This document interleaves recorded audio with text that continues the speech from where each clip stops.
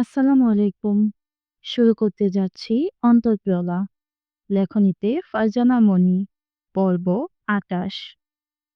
যদিও গত রাতের অনাকাঙ্ক্ষিত দুর্ঘটনার কারণে বাড়ির কারো মন ভালো নেই, তবুও বাড়ির মেয়ের বিয়ের কথা চিন্তা করে নানান রকমের শুকনো পিঠা বানানোর আয়োজন চলছে। মতিনের মা ও রহিমা গ্রামের কিছু মেয়ে বউদের ডেকে এনেছে। তারা সহ সোনালী, শিমুল ও পারুল হাত লাগিয়েছে পিঠা বানাতে। বড় উঠানের এক কোণে একজন হাতে তৈরি সেমাই বানাচ্ছে, আর আরেকজন সেই সেমাই সামনে থাকা খেজুর পাতার পাটিতে বিছিয়ে দিচ্ছি রোদে শুকানোর জন্য। একদল মেয়েরা কাঁঠাল পাতা দিয়ে পাতা পিঠা তৈরি করছে। শিমুল, পারুল ও সোনালী সহ আরো কিছু মেয়েরা তৈরি করছে নকশি পিঠা। ওদের সাথে মজনুর ছোট বোন মনোয়ারাও রয়েছে। রহিমা ও মতিনের মা ভাত দিয়ে ঝুরি বানাচ্ছে। এই ঝুরি শুকানোর পরে নারিকেল ও গুড় দিয়ে পাক দেওয়া হবে। আগামী ২ থেকে ৩ দিনে বানাতে হবে আরো অনেক রকমের শুকনো পিঠা, যেমন জিলাপি পিঠা, চৌকুপি পিঠা, দুধু পিঠা, কদম পিঠা, কালো চিনি পিঠা, কালি পিঠা, চাপা পিঠা, শুকনা পিঠা, ভাজা পিঠা, নকশি জিলাপি, নারিকেল ভরা শুকনো পিঠা, ছোট গোল পিঠা, গুঁড়া পিঠা, রোদে শুকানো পিঠা, ভাজা নকশি পিঠা, পাতায় মোড়ানো পিঠা, চিনি গুড়ের শুকনা পিঠা ইত্যাদি। পরবর্তীতে এসব পিঠা মেয়ের শ্বশুরবাড়িতে মেয়ের সাথে পাঠানো হবে। শাহিদা ও মিহিদা কেদারায় বসে সবাইকে হুকুম দিয়ে কাজ করাচ্ছে। আখি ও পাখি চালের গোলা হাতে নিয়ে পুতুল বানাচ্ছে। মিহিদা আচমকাই শাহিদাকে বলে উঠল, এত কি ভাবছেন ভাবি? শাহিদা চিন্তিত ভঙ্গিতে সোনালীর দিকে তাকিয়ে বলল, এই মাইয়ারে বেশি দিন এই বাড়িতে রাখা যাইব না। তাইলে খেদাইয়া দেন, এত ভাবাভাবির কি আছে? শাহিদা উদাস ভঙ্গিতে বলল, আমি চাইলেই কি আর তাড়ান যাইব?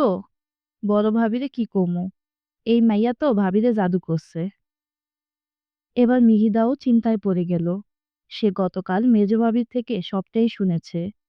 এত নিচু বংশের মেয়েকে বাড়ির ছেলে পছন্দ করে বউ বানাবে, সেটা কিছুতেই সম্ভব না। তাই কিছু একটা করতে তো হবেই, যতই হোক জমিদার বাড়ির সম্মানের বিষয়।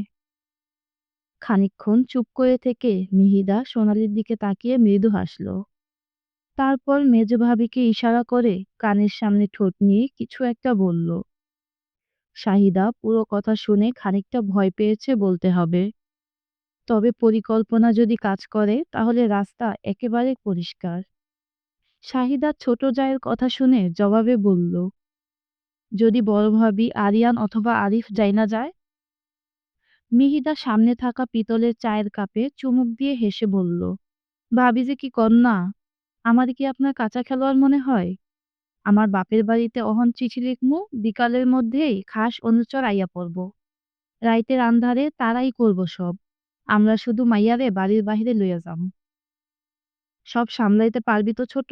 কোনোভাবে লোক জানাজানি হইলে কিন্তু গ্যারামে মান ইজ্জত যাইব। মিহিদা আশ্বাস দিয়ে বলল, আপনি চিন্তা করেন না তো মেজো ভাবি। ঠিক আছে, যা করার তাড়াতাড়ি কর। শুনলাম আরিফ আরিয়ানরে চিঠি পাঠাইছে। হয়তো কালকের মধ্যেই সবাই শহর থেকে ফেরত আইব। এদিকে দীর্ঘক্ষণ যাবৎ পিঠা বানাতে বানাতে পারুলের কোমর ধরে এসেছে। এদিক সেদিক হয়ে নড়েচড়ে বসতেই মনোয়ারা পারুলের উদ্দেশ্যে বলল, ভাবি, আপনি একটু হাইটা আহেন। যেই কয়টা বাকি আছে আমরাই বানাইয়া ফেলমু। ১৩ বছরের মনোয়ারার মুখে পারুলকে ভাবি ডাকতে শুনে সোনালি অবাক হয়ে তাকালো। পারুল বেশ অপ্রস্তুত হলো। আমতা আমতা করে মনোয়ারার উদ্দেশ্যে বলল, আমি তোর ভাবি না মনোয়ারা, আমার আর ভাবি করে ডাকবি মা। মানুষ শুনলে খারাপ কইব। মানুষ শুনলে হুনুক, তাতে আমার কি? মজনু ভাইজান তো গতকালও মারে কইছে, বিয়া করলে তোমারই করব। সকলের সামনে এসব কথা হওয়ায় পারুল বেশ বিরক্ত হচ্ছে। কিন্তু এবার পারুলকে কিছু বলতে না দিয়ে শিমুল বলল, হেডা হইনা তোর মায় কি কইছে রে মনোয়ারা? মায় কইছে হ্যাঁ রাজি না, ভাইজানের লাইগা মাইয়া দেখতাছে। কিন্তু ভাইজান কইছে বিয়া করলে পারু ভাবিরেই করব। লাগলে ভাবিরে বিয়া কইরা লইয়া গ্যারাম থুইয়া অন্য গ্যারামে যাইবগা। পারুল আর এখানে বসলো না, চুপচাপ চলে গেল আহার ঘরের দিকে। এদিকে সোনালি কিছুক্ষণ ফ্যাল করে তাকিয়ে থেকে শিমুলের উদ্দেশ্যে বলল, ব্যাপার কি শিমুল?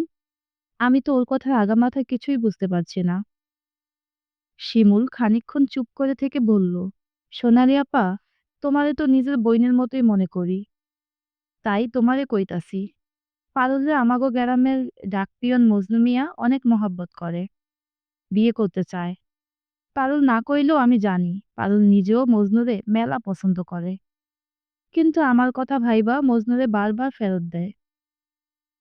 সোনালি কিঞ্চিত আশ্চর্য কণ্ঠে বলল, তোমার কথা ভেবে মজনু ভাইকে ফেরত দেয়, এর অর্থ বুঝলাম না শিমুল। শিমুল এবার নত মস্তিষ্কে বলল, গ্যারামের মাইয়া গো 14 বছরে বিয়া হইয়া যায়, কিন্তু আমাগো দুই বইনের বয়স প্রায় 18। আমি পারুলের কয়েক মিনিটের বড়, তাই পুরো গ্রামের সবাই জানে আমি ওর বড় বোন। মায় মইরা যাওনের পর থাইকা দুই বোন এই বাড়িতে কাম করি। বিয়ার বয়স পার হইয়া গেছে, কিন্তু অন্যের বাড়িতে কাম করি বইলা আমার বিয়া হয় না। এখন যদি পারুল মজনুরে বিয়া করে, তাইলে তো আমার বিয়া আরো হইব না। গ্রামের মানুষ আরো কইব, বড় বোন রাইহা ছোট বোন বিয়া কইরা লাইছে। বড় বোনের মনে হয় কোনো খুঁত আছে। তখন আমার বিয়ার সম্ভাবনা আরো থাকবো না। তাই পারুল মজনুরে বিয়ে করতে চায় না। সবটা শুনে সোনালি জিজ্ঞেস করল, আচ্ছা, শফিক কাকা ঘটককে ছেলে দেখতে বললেই তো হয়। আব্বাই অনেকবার কইছে, ঘটক কতগুলো পোলা আইনা আমারে দেখাইছেও, কিন্তু অন্যের বাড়িতে কাম করি বইলা বিয়া ভাইঙ্গা যায়। প্রথম প্রথম সবাই কইতো অন্যের বাড়িতে কাম করি তাই বিয়া হইব না, কিন্তু অহন কয় আমার নাকি বিয়ার বয়স গেছে গা। এসব কুসংস্কার শিমুল, তোমার 18 বছর বয়স হয়েছে বলে বিয়ে হয় না, কিন্তু দেখো, এই বাড়ির মেয়ে আসার বয়স 17। ওর বিয়ে কত ধুমধাম করে হচ্ছে। আসলে তফাৎ হলো ধনী গরিবের। ধনীর মেয়ের বয়স বাড়লে লোকে বলে লেখাপড়া করে বয়স বাড়ছে, আর গরিবের মেয়ে অল্প বয়সে বিয়ে না হলে লোকে বলে মেয়ের ভেতর সমস্যা আছে। হেইডা আমি জানি সোনালি আপা, তাই তো গ্রামের মানুষের কথায় কান দেই না। কিন্তু পারুলরে নিয়া অনেক চিন্তা হয়। ওর বয়সও তো বাড়তাছে। কয়দিন পরে যদি মজনু ভাই ওরে আর পছন্দ না করে? পারুলরে আমি অনেক বুঝাইছি আমার কথা না ভাবতে, মজনু ভাইরে বিয়া কইরা জীবনটা গুছাইতে, কিন্তু সেমরি কথা হনে না। মজনু ভাই যদি সত্যি সত্যি পারুলকে পছন্দ করে থাকে, তাহলে যে কোনো কঠিন পরিস্থিতিতেও পারুলকেই চাইবে।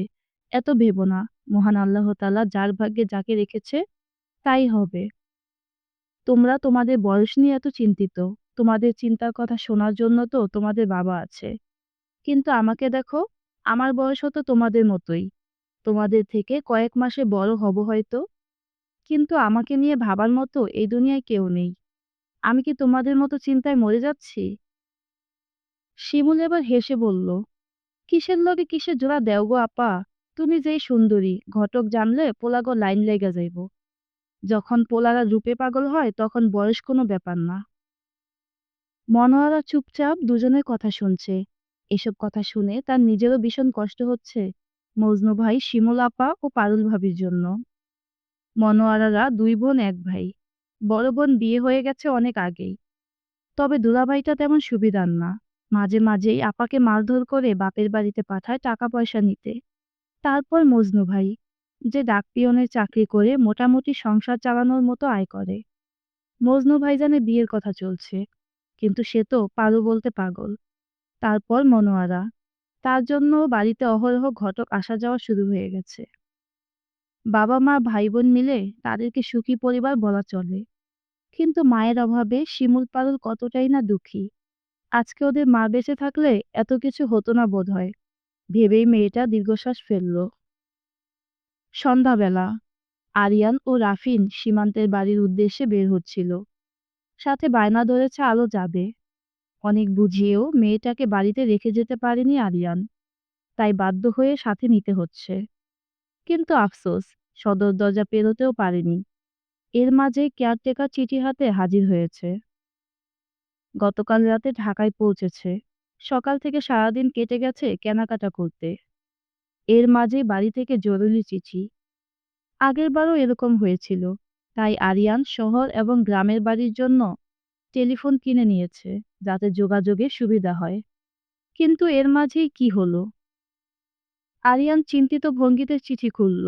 ঝটপট একদমে পুরোটা পড়ে বাড়ির ভেতরে গিয়ে সোফায় বসে পড়ল। কপাল বেয়ে তার দরদর করে ঘাম ঝরছে। রাফিন এগিয়ে গিয়ে চিন্তিত কণ্ঠে জিজ্ঞেস করল, কি হয়েছে ভাই? কোনো খারাপ খবর? আরিয়ান পাঞ্জাবির ২টা বোতাম খুলে ঘন ঘন ২টা শ্বাস নিয়ে বলল, রাতের ট্রেন কয়টায়? রাফিন সঙ্গে সঙ্গে জবাব দিল, ১১টায় মনে হয় একটা ট্রেন আছে ভাই। আরিয়ান হাতের ঘড়িতে একবার তাকিয়ে রাফিনের উদ্দেশ্যে বলল, সবাইকে দ্রুত তৈরি হতে বল, আমরা একটু পরেই জিপে করে গ্রামে ফিরে যাচ্ছি। রাফিন আরো কিছু জিজ্ঞেস করতে চাইলে আরিয়ান ওর হাতে চিঠিটা ধরিয়ে দিয়ে নিজের কক্ষের দিকে চলে গেল। আলো অবুঝের ন্যায় দুজনের দিকে তাকিয়ে আছে। রাফিন দেরি না করে হাতের চিঠিটা ঝটপট খুলল। চিঠি পড়ে তার নিজেরও মাথায় হাত। লক্ষ লক্ষ টাকার মালামাল পুড়ে ছাই হয়ে গেছে, যা জামদানি হাউসের জন্য হুমকি স্বরূপ। এমনকি জামদানি হাউস এই ক্ষতির জন্য বন্ধ হয়ে যেতে পারে। কিছু না বোঝা আলো রাফিনের হাত থেকে টান দিয়ে চিঠিটা নিয়ে পড়া শুরু করলো। রাফিন আর পেছনে ঘুরে তাকালো না। সকলের কক্ষে গিয়ে খবর পাঠালো একটু পরেই তারা গ্রামে ফিরে যাচ্ছে।